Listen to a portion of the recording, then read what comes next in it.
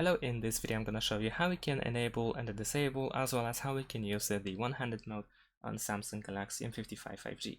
So the first thing that we need to do is open the settings. In the settings, we need to scroll down and go to advanced features. And over here we have one-handed mode. In order to simply activate this option, we can tap on the slider on the right side. And we can also tap on the text in order to find additional option, which is how we can actually use it.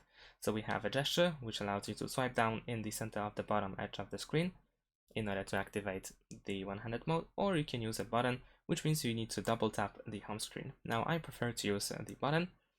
So in order to activate the one-handed mode, let's just double tap the home screen, and as you can see now we are in the one-handed mode.